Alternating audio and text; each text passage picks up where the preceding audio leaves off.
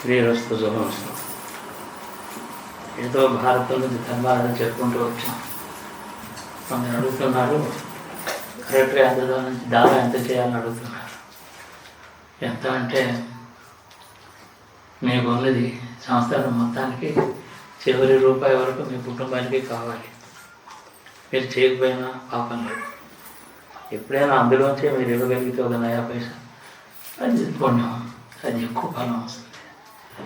దానికే చాలకుండా ఉండేవాడు ఏ కొంచెం చేసినా ఎక్కువ ఫలం వస్తుంది. నేను కొందరికి చెప్పాను, మీకు వచ్చిన ఆదాయంలో ట్యాక్సులు కడతావు, ఇంటి ఖర్చులు ఉంటాయి, ఈ ఖర్చులన్నీ పోగా మిగులుతుంది కొంచెం, అది సేవింగ్ అంటామే, అందులో 10% ఇవ్వమన్నాను. ఈ ఖర్చులన్నీ పోయిన తర్వాత సేవింగ్లో 10% ఇవ్వమన్నాను.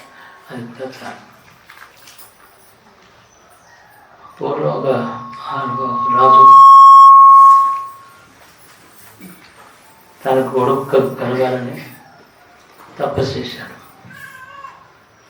చాలా ధనం మీద ఆశ తనకి. నీకు ఎలాంటి కొడుకు కావాలి అని అడిగాడు. ఇంద్రుడు వచ్చి అడిగాడు, నా కొడుకు వరలంతా శరీరం అంతా బంగారంతో ఉండాలి, బంగారం శరీరం కలిగిన కొడుకు కావాలి అడిగాడు. దేవతలకి ఏముంది, రిస్క్ మనది, వాళ్ళు ఏదైనా ఇస్తారు, అడిగావు కాబట్టి అనుభవించు. అలాగే కొడుకై పుట్టాడు. వాడికేమో శరీరం బంగారంతో ఉండడం చేత వాడు నిత్య జీవితం కష్టమైపోయింది. తిండి లేదు, ఆకలి లేదు. మనిషి పెరిగాడు, బంగారంగానే పెరిగాడు, కానీ చాలా పెద్ద కథ ఉంది. చివరికి ఏం చేయాలంటే నాకు ఈ కొడుకొద్దు అన్నాడు. బంగారం బాధపడలేక కొడుకొద్దు అన్నాడు. నీకు బంగారం కొడుకు మళ్ళీ ఇంద్రుడు ప్రత్యక్షమై, నేను బంగారం లాంటి కొడుకు అన్నాను, బంగారం కొడుకు అన్నాను, వాడిని ఇచ్చావు, నాకు శాపం అయిపోయింది. అంటే ఇప్పుడు నీకేం కావాలి? వీడు మామూలు మనిషి శరీరంతో జీవించాలి. ఇక వాడు అప్పుడు అన్నాడు, నువ్వు మొదటి కోరావు, ఇది రెండో కోరిక, ఆ తర్వాత నీ ఇంట్లో బంగారం అనేది ఎక్కడ కనపడదు, ఉండదు అన్నాడు. వాడు మనిషి అవుతాడు. చాలా ఆలోచించి అలాగే చేయి, నా కొడుకు కావాలి, బంగారం వద్దు అంటే కొన్ని చాలా చెడ్డ అనుభవాల వల్ల కొన్ని జ్ఞానం కలుగుతుంది. సువర్ణష్ టీవీ అని వాడి పేరు, భారతంలో కూడా ఉంది కదా. మనం కోరుకునేటప్పుడు ఎంత ధనం కావాలి అంటే ఎప్పుడు ఎంత అవసరం అవుతుందో అంత కావాలి. అవసరం లేనప్పుడు నాకు వద్దు, దాని అవసరమే నాకు లేకపోతే భవిష్యత్తులో నాకు అవసరం అవుతుందేమో, నాకు హార్ట్ ఆపరేషన్ అవుతుందేమో 60 ఏళ్ళకి, దానికి 10 లక్షలు కావాలి కదా, అది చెడ్డ ఉంటుంది, చాలా చెడ్డ అభిప్రాయం. నాకు అవసరమే ఉండకూడదు ధనంతో, నాకు ధనం యొక్క ఆవశ్యకత అవసరమే ఉండకూడదు అని అనుకుంటే వాడు తెలివైన వాడు. అవసరం అవుతుంది, బిడ్డ పెళ్లి కావాలి, 10 రోజుల ముందర కూడా ఏమీ లేదు, 10 రోజుల ముందర వస్తుంది. అలా ఈశ్వరుని నమ్ముకుంటే అట్లాగే వస్తుంది. చాలా చిత్రం అది.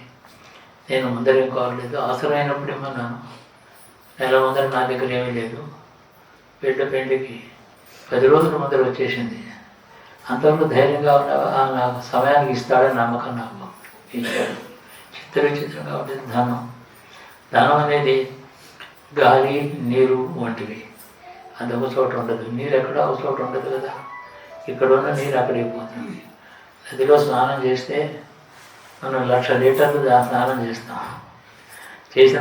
చేసిన నీరు అక్కడే పోతుంది.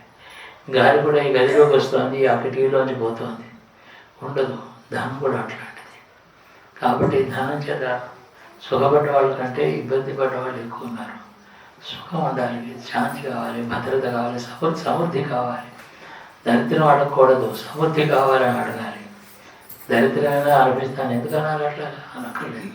సమృద్ధి కావాలి, మంచి బట్ట, మంచి తిండి, దాన ధర్మాలు చేయగలిగిన ధనం కావాలి, అడగాలి. అప్పుడు ఈ ధనం మహాలక్ష్మి అంటారు. మహాలక్ష్మి నిజంగా ధనం కాదు. మనం ₹1,00,00,000 కట్టలు అంతా మహాలక్ష్మి దాన్ని కాదు. అదే మహాలక్ష్మి అయితే బ్యాంకులో చాలా ఉంది, ఆ బ్యాంకే మహాలక్ష్మి ఆలయం. అట్లా దాని చుట్టూ ప్రదక్షిణ చేస్తామా? చేయం కదా. వాళ్ళు వేరే బొమ్మ పెట్టుకుని మా విగ్రహాన్ని ప్రదర్శన చేస్తే నాకు అన్ని డబ్బు ప్రదర్శన చేయటం లేదు. కాబట్టి మహాలక్ష్మి పేరు ధనం పేరు. ధనం మహాలక్ష్మి అంటే ఏమిటి? భాగ్యం అని అర్థం. భాగ్యం అంటే ఏమిటి? భగవంతుడి లక్షణంలో భాగ్యం ఆ మాటలోకి వచ్చింది. ఏమిటది? సమృద్ధిగా ఇంట్లో ఉండడం, ఉన్నది బాగా అనుభవించడం, బాగా సుఖంగా అనుభవించడం, పిల్లలు బంధువులు ఎవరు వచ్చినా సమృద్ధిగా అనుభవించడం, అడిగిన వాడికి అడిగినంత ఇవ్వడం, ఆపదకి ఎప్పుడంటే అప్పుడు సమృద్ధిగా ఉండడం, అవసరమైతే ఉండడం, ఇదంతా కలిపి భాగ్యం అని పేరు. ఆ భాగ్యమే మహాలక్ష్మి. కాబట్టి లక్ష్మి అనేక రూపాల్లో ఉంది. ధనలక్ష్మి, ధాన్యలక్ష్మి, సంతానలక్ష్మి, కీర్తిలక్ష్మి, చివరికి మోక్షలక్ష్మి. లక్ష్మి అంటే ధనం కాదు. లక్ష్మి చాలా ధనం వస్తాయంటే వాడికి లక్ష్మి అనుగ్రహం ఉందని అనుకోకూడదు. ధనం మాత్రమే వస్తుంది. పాపం ఇంకా చాలా ఉన్నాయి అవసరమైనవి, అవన్నీ వస్తున్నాయా? లేవు. కాబట్టి మహాలక్ష్మి అంటే అమ్మ నీవు 1000 ముఖాలు ఉన్నాయి నీకు. నువ్వు ధాన్యలక్ష్మి, ధనలక్ష్మి, కీర్తిలక్ష్మి, ప్రేమలక్ష్మి, కీర్తి అన్నీ ఉన్నాయి నీ దగ్గర. లేనేటి మంచివన్నీ ఉన్నాయి. చివరికి మోక్షలక్ష్మి. అట్లాగే నీ సంపూర్ణ స్వరూపంతో నా ఇంట్లో ఉండు. మమ వసతి గృహే సర్వమాంగళ్య యుక్త. నా ఇంట్లో సర్వమాంగళ్య లక్షణములు కలిగి నా ఇంట్లో మహాలక్ష్మి ఉంటును కాక. పాపం ధనం దాచుకుంటారు కానీ మహాలక్ష్మిని అడగరు. మహాలక్ష్మిని కోరాలి. మహాలక్ష్మి అంటే ఇవన్నీ ఉంటే మహాలక్ష్మి. ధనలక్ష్మి, ధాన్యలక్ష్మి, సంతానలక్ష్మి, కీర్తి, రాజ్యలక్ష్మి ఎన్ని ఉన్నాయి.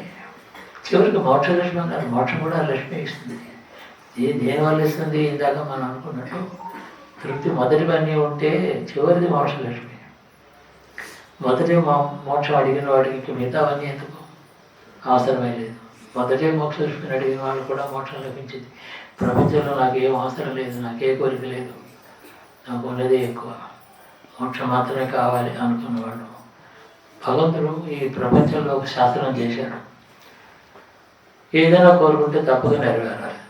కోరిక తప్పకుండా నెరవేరవలసిందే రూల్ అది. ఏ కోరిక ఎవరికి నెరవేరకుండా మిగిలిపోకూడదు. అయితే నేను ఈ జన్మలో ఎన్నో కోరాను కాలేదంటే తప్పకుండా ఇంకో జన్మకు వస్తుంది. నీ కథ అంతా ఇప్పుడు అయిపోలేదు. నీ కథ చాలా భవిష్యత్తు ఉంది. ఎప్పుడో నీవు ఇప్పుడు కోరుకున్న కోరికలు ఏదో ఒకనాడు నీకు లభిస్తాయి. అది శాస్త్రం. ఈ రూల్ కింద మోక్షం కట్టివాడికి కూడా రావాల్సిందే. రూల్ ఏది. కాబట్టి మోక్షం అడిగినప్పుడు కూడా మోక్షం వస్తుంది. మహాలక్ష్మిని పూజ చేసుకోండి. లలితా సహస్రనామం పారాయణ చేస్తున్నాం అని ఆడపిల్లలు అంటారు. అవసరం లేదు. మహాలక్ష్మి లలితా సహస్రనామం గొప్పది, చాలా గొప్పది. కానీ అది శాక్తం. అనేక రహస్యాలను తెలుసుకుని చేయాలి. మహాలక్ష్మి అష్టోత్తరం రోజు ఉదయం సాయంత్రం 2 మాటలు చదువుకుంటే చాలు. ముత్తైదు చేతులు ఎంత కుంకుమ పట్టుకొని లక్ష్మి అష్టోత్తరం అంతా చదివి ఆ బొట్టు పెట్టుకుంటే చాలు. దీపం ఉండాలి. దీపసన్నిధిలో చదువుకుంటే చాలు. విగ్రహాలు, ఎన్ని పూలు, మంత్రాలు అవి అవసరం లేదు. భక్తితో మహాలక్ష్మి ఇంటిలో గృహలక్ష్మి అని పేరు దానికి. ఇంట్లో ఉండే మహాలక్ష్మి పేరు గృహలక్ష్మి. ఇంట్లో ఉండే మహాలక్ష్మి పేరు గృహలక్ష్మి. ఆ ఇంట్లో అన్నీ ఉంటాయి. కాగితాల కట్టలు ఉండవు. అన్నీ ఉంటాయి. రోజు కాగితాలు కట్టలు రోజు మాట దీపం పెట్టి చూసుకుంటూ ఉంటాడు రాత్రి అయినా. ఎందుకు పనికి రాదు. అవసరం లేదా? దానివల్ల భయం ఎక్కువ. ఎవరు వస్తారో ఇంటికని, ఎందుకు వస్తారో. తలుపు తెరితే బంధువులు వస్తే, అన్నదమ్ములు వస్తే తలుపు తెరితే కూడా భయం. ఏమో ఎవరు అంటారు. చేత భయం చేత బతకడం కంటే తలుపులు తీసుకుపోతే నేను హాయిగా ఉండగలను, నిద్రపోగలను అనుకునే ధైర్యం రావాలి. అందుకని మహాలక్ష్మిని బాగా ఉపాసించండి. కోరండి అమ్మవారిని. నా పిల్లలు మహాలక్ష్మి సంతానలక్ష్మి అంటే సంతానం లక్ష్మి ఇచ్చిన సంతానం అని అర్థం. మన కర్మ వల్ల వచ్చిన సంతానంలో మంచివాళ్ళు చెడ్డవాళ్ళు ఉంటారు. మహాలక్ష్మి ఇచ్చిన సంతానం అలా ఉండదు, దోషం ఉండదు కదా. వాళ్ళు చాలా మంచివాళ్ళు, భాగ్యవంతులు, అదృష్టవంతులు, ఆయుష్మంతులు అవుతారు. మహాలక్ష్మి సంతానం అంటే మరి పుట్టారు కదా, ఎప్పుడేం చేయాలి? అమ్మ ఈ సంతానం నువ్వు ఇచ్చినదే అని అనుకుంటాను నేను. నా సంతానం నీ ప్రసాదం నేను అనుకుంటాను. నీ ప్రసాదంగా ఈ సంతానాన్ని అనుగ్రహించి బాగా మంచివాడని చేయమన్నాడు. మహాలక్ష్మిని ప్రతి వాళ్ళు కోరాల్సిందే, ప్రతి వాళ్ళు ఆరాధించవలసిందే. మహాలక్ష్మి ఈ అర్థంలో మహాలక్ష్మిని భావించి కోరుకుని ప్రార్థిస్తే ఇల్లు సుఖంగా ఉంటాయి. అట్లాంటి ఇంటికి పక్క ఇల్లు కూడా బాగుంటుంది. పక్క వాళ్ళు కూడా, ఎదురింటి వాళ్ళలో కూడా బాగుంది. ఏ ఇంట్లో మహాలక్ష్మి ఈ విధమైన మహాలక్ష్మి ఉంటుందో ఇరుగు పొరుగు కూడా సుఖంగా ఉంటారు. వాళ్ళలో దారిద్ర్యం, రోగాలు, కష్టాలు సాధారణంగా తక్కువైపోతాయి. ఈ మాట గుర్తుపెట్టుకోండి. మహాలక్ష్మి ఉపాసన మహాలక్ష్మిని ఉపాసిస్తాం. అభూతి సమర్థించదు బాగా. అభూతి అంటే ఆ విభూతి అంటే ఐశ్వర్యం, అభూతి అంటే దరిద్రం. అసమృద్ధి, సమృద్ధి అంటే ఉండవలసినంత, అలాగే అసమృద్ధి. ఈ రెండు నా ఇంట్లోంచి వెళ్ళగొట్టు. ఆ రోజు చదివే మంత్రాల అర్థం ఇది. ఆ మంత్రార్థం కూడా మీరు చదువుకోవచ్చు. అన్ని విషయాలు చాలా బాగుంటాయి చదువుకుంటాను. తెలుగు తాత్పర్యంలో అన్ని సూక్తాలు దొరుకుతున్నాయి బజార్లో, చదువుకోవచ్చు. మీకున్న చదువు చాలు అనేక విషయాలు తెలుసుకోవడానికి. శుభం, అందరూ క్షేమంగా ఉంటారు.